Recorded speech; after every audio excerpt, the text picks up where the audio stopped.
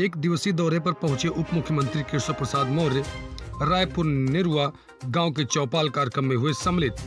वह जैसे ही गांव में पहुंचे, जनपद की डीएम माला श्रीवास्तव व एसपी आलोक प्रियदर्शी ने पुष्पगुच्छ देके स्वागत किया।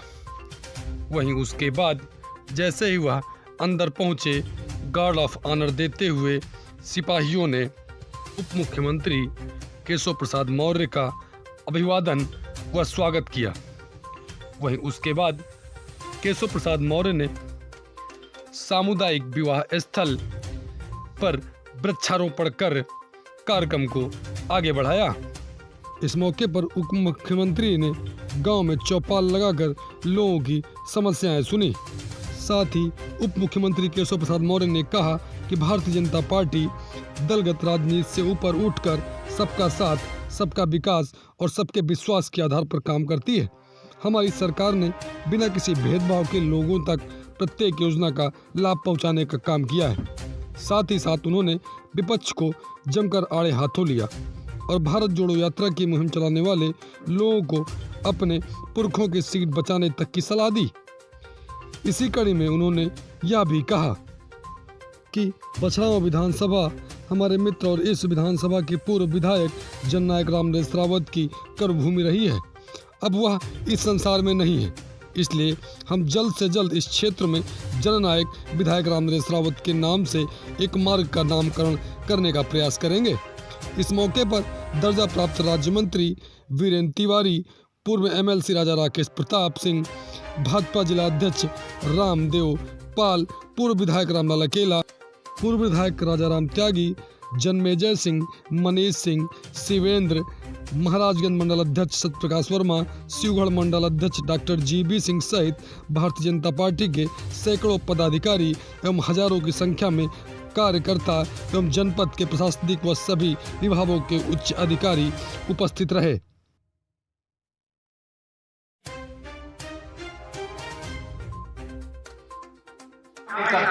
पहले मैं सुबह थोड़ा दुविधा में था कि ठंडी ज्यादा है, मैं आप सबको मिलने के लिए आ रहा हूँ, जाऊं कि ना जाऊं, आप लोग आ पाएंगे कि नहीं आ पाएंगे, लेकिन आपने पूरा भ्रम तोड़ दिया। गांव कभी पीछे नहीं रहता और इसलिए आज गांव की समस्या, गांव में समाधान के संकल्प के साथ आयोजित इस ग्राम चौपाल में मंच पर भारतीय जनता पार्टी के वरिष्ठ नेता, दर्जा प्राप्त राज्य मंत्री श्री वीरेंद्र तिवारी जी मंच पर विराजमान हैं। इस लोकसभा का प्रभार भी पार्टी की ओर से आपके जिम्मे है। हमारे जिले के अध्यक्ष श्री रामदेव पाल जी हम आपके साथ हैं, ठीक है।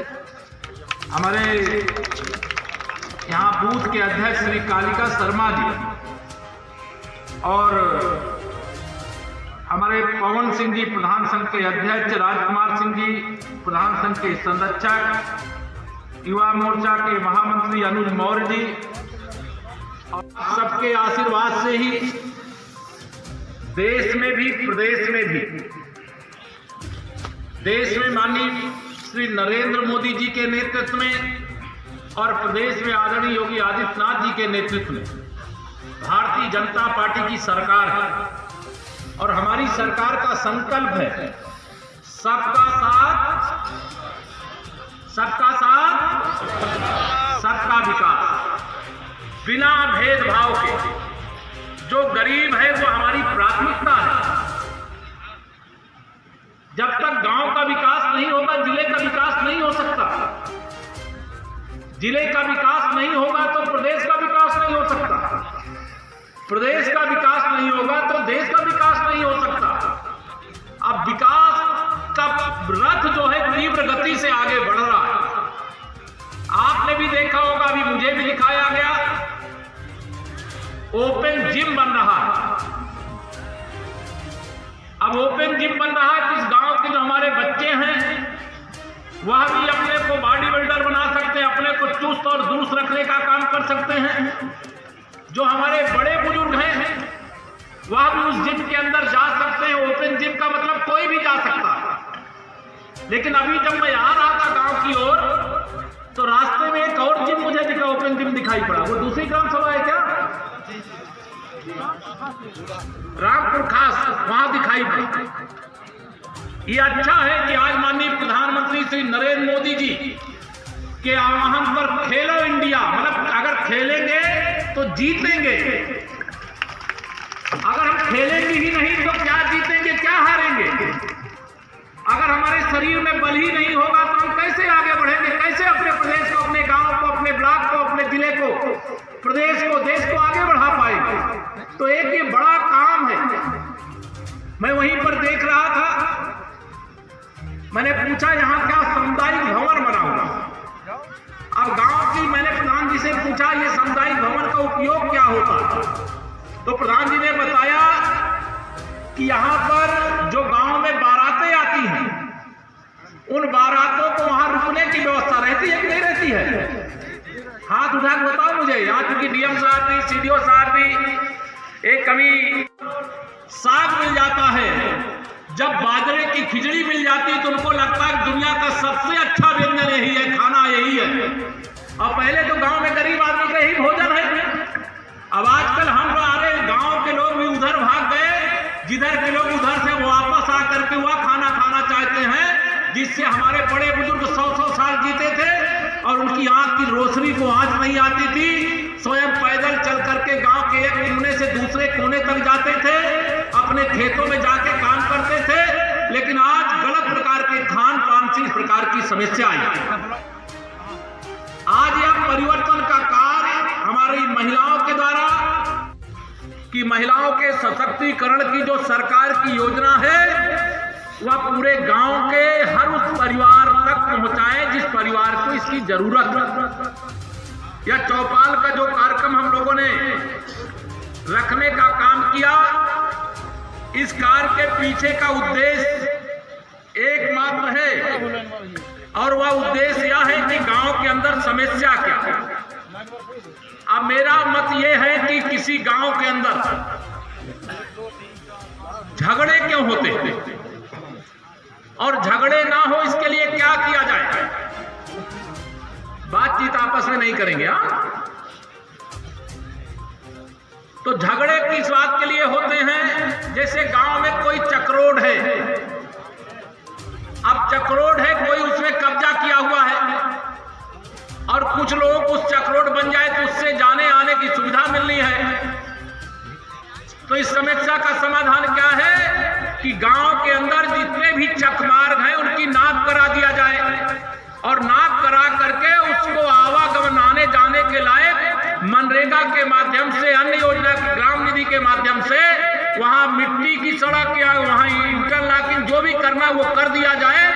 तो ऐसे कोई चकमार्ग है जो गांव के अंदर कब्जा किए हुए होंगे, नहीं बने होंगे। मैं जिलाधिकारी यहाँ पर है, आपको यहाँ एक निर्देश मंच से ही दे रहा हूँ कि गांव के हर चकमार्ग का, इस गांव का भी जनता की सेवा के लिए समर्पित करना, ये सरकार की मंशा है। अब जब चकमार्ग बन जाएगा तो चक्रोड को लेकर के झगड़ा होगा, फिर नहीं होगा।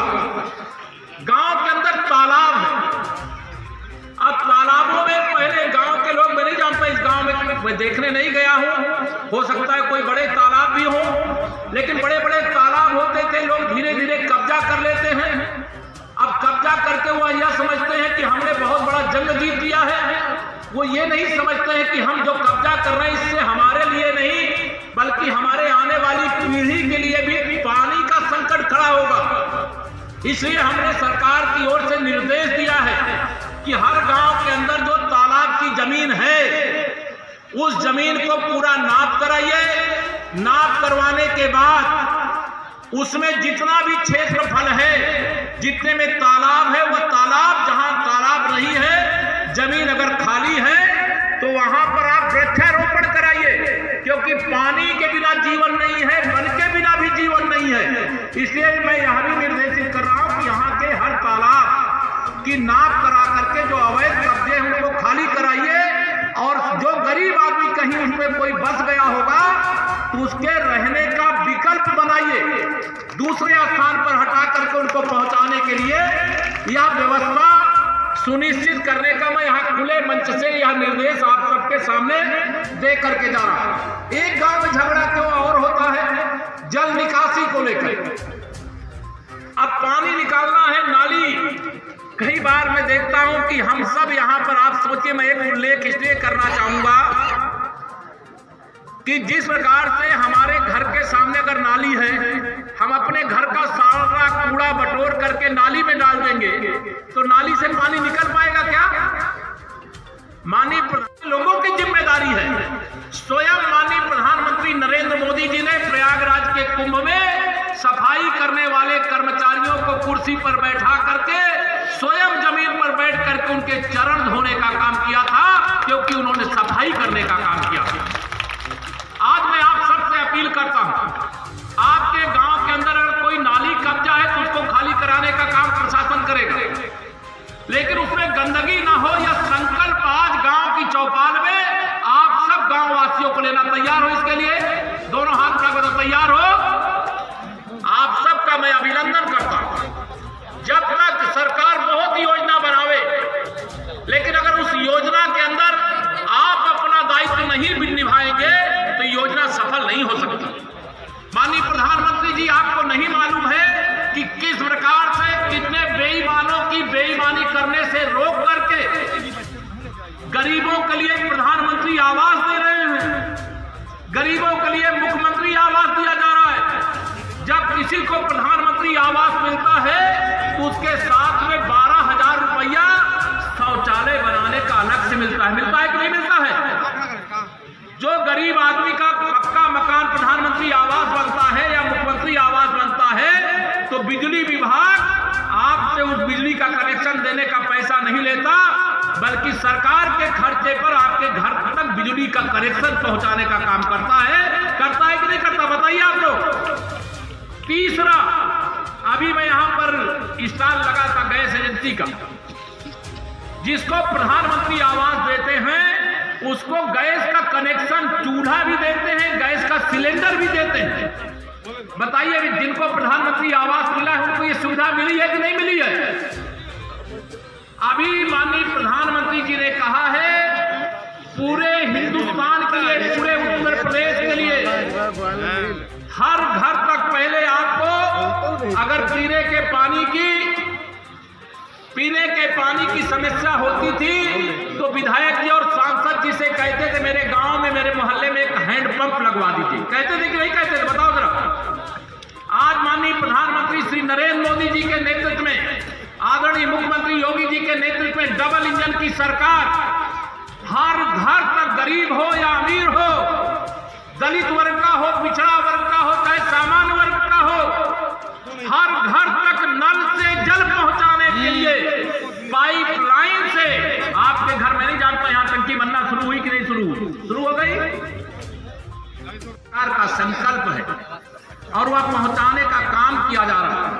मैं आप सब लोगों को यह भी यहां पर कह रहा हूं, या इसलिए कह रहा हूं कि यह सरकार जो तमाम लुटेरों ने देश को, गरीबों को लूट करके अपनी तिजोरियां भरी थी, उन भ्रष्टाचारियों के खिलाफ जांच करके, जिन्होंने भ्रष्टाचार करके देश को लूटा, उन लुटेरों से छापे मार मार करके पैसे लेने की का काम किया जा रहा है। और गरीब कल्याण के लिए माननीय प्रधानमंत्री जी ने कहा कि ना मैं खाऊंगा और ना खाने दूंगा, और जिसने भी मेरे गरीबों को लूट करके खाया है उनसे भी वसूल करके मैं अपने गरीबों के चरणों में डाल दूंगा, उनके जीवन को खुशहाल बना दूंगा। यही काम इस समय देश में चल रहा है और इसके कारण से बड़ा सब हल्ला करते हैं, मोदी जी बड़ा छापा डलवाते हैं। अरे बेईमानी नहीं करोगे तो आप में से किसी क्या छापा पड़ा है? बताओ। अगर आपने बेईमानी किया होगा छापा पड़ेगा, और बेईमान के हाथ छापा पड़ना सही है कि गलत है? दोनों हाथ उठा बताओ, सही है कि गलत है? अब ये काम होता है तो माननीय मोदी जी से राहुल गांधी जी नाराज हो जाते हैं, और राहुल गांधी जी की मम्मी भी नाराज हो जाती है जो आपकी सांसद है।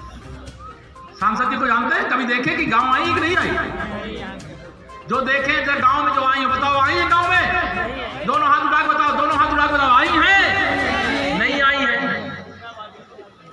अब मैं इसलिए ही बात कह दिया कि गरीब की बात करना अलग बात है और गरीब के लिए काम करना अलग बात है। गरीब के लिए काम नहीं किया।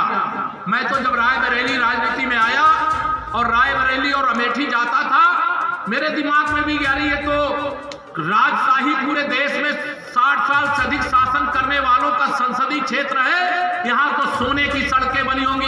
आप याद करिए, राम नरेश जी आज हमारे बीच में नहीं है। जब वो यहाँ पर विधायक थे, मेरे पास पीडब्ल्यूडी का विभाग था, वो कहते थे मेरे क्षेत्र की सड़कें बहुत खराब हैं। आपसे पूछता हूं मैं, पिछले 5 साल में जितनी सड़कें आपके बछरावा क्षेत्र या रायबरेली में बनी हैं, उसके पहले कभी बनी थी क्या? या जो परिवर्तन है वो आपके आशीर्वाद से है। इसलिए मैं इसका उल्लेख किया कि हम गरीब कल्याण के लिए समर्पित सरकार चलाते हैं। इसलिए यहाँ गांव की समस्या, गांव का में समाधान का संकल्प लेकर के यहाँ ग्राम चौपाल लगाने के लिए आए हैं। अब मैं एक जानकारी और, मनरेगा पहला विकास गरीब का विकास। अब यहाँ बहुत सारे किसान होंगे जिनके नाम जमीन होगी, जिनके नाम जमीन है, ऐसे किसान कितने देर हाथ बहुत, जिनके नाम से जमीन है, हाथ बुआ बताओ तो मैं जानना चाहता हूं। बोल दो छोटी बस इतने ही लोग हैं जिनके नाम जमीन है। आप लोगों को 2-2 हजार की 3 किस्त प्रधानमंत्री किसान सम्मान निधि के रूप में माननीय नरेंद्र मोदी जी दिल्ली से भेजते आती है। अब सपा बसपा कांग्रेस वालों की सरकार होती थी तो 100 रुपया में से 15 रुपया तो जिनके लिए भेजा जाता था उनके पास पहुंचता था, और 85 रुपया ये बेईमान बीच में खा जाते थे। मोदी जी ने ऐसी व्यवस्था किया कि आपका बैंक में खाता खुलवा दिया। दिल्ली से भेजे, चाहे लखनऊ से भेजे और चाहे रायबरेली से भेजे, जितना पैसा आपके लिए भेजा जाता है उतना पैसा आपके खाते में पहुंचता है। पहुंचता है कि नहीं पहुंचता है? ये बेईमानी रोकने के लिए जो काम हुआ है, इससे बहुत सारे लोग परेशानी में हैं। उनको लगता है उनकी दलाली बंद हो गई। यही बंद करने के लिए तो आप सबका आशीर्वाद हमें मिला, इसीलिए हमारी सरकार आप सबके आशीर्वाद से बनी है। लगातार दूसरी बार प्रदेश में बनी है, लगातार दूसरी बार केंद्र में हमारी सरकार चल रही है, और आप सबके आशीर्वाद से 2024 में फिर लोकसभा होने वाला है। फिर माननीय नरेंद्र मोदी जी के नेतृत्व में देश में फिर सरकार बनेगी, ऐसा मैं विश्वास रखता हूं।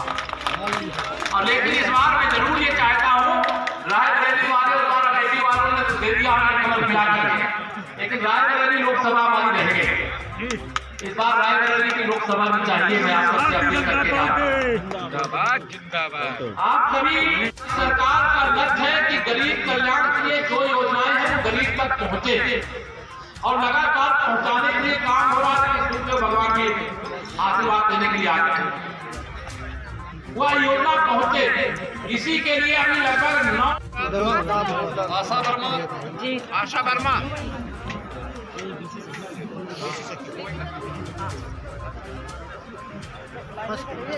खाने के लिए खर्च करो, आपके खाने देना हो जाए तो कोई पड़ोसी को खिलाने के लिए खर्च करो, लेकिन उसको बेच करके खराब पीने पे खर्च नहीं करना है।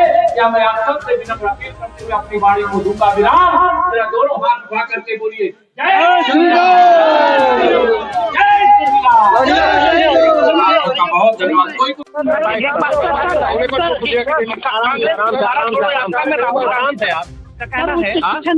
आराम से नीचे करिए, कैंसिल हो गया। मतलब कोई ऐसी खबर नहीं थी, कोई अधिकारी गलती थी, छुट्टी जाकर लाइट तो गांव में 18 घंटे आ रहे हैं, लेकिन एक बड़ी समस्या बिजली का बिल बहुत ज्यादा आ रहा है। और यहाँ पर 18 घंटे बिजली चलाओ के बिल नहीं दोगे, लेकिन बहुत ज्यादा आ रहा है। किसी के कर्मचारी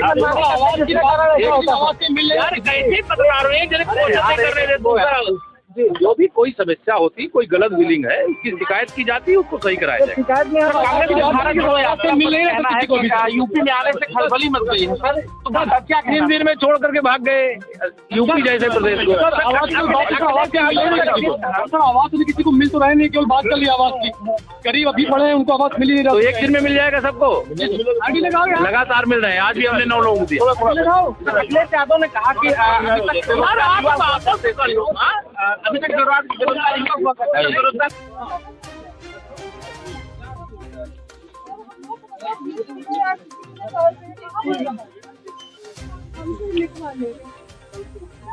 डीएम साहब है, जाने दो हमको, दूसरे जिले का।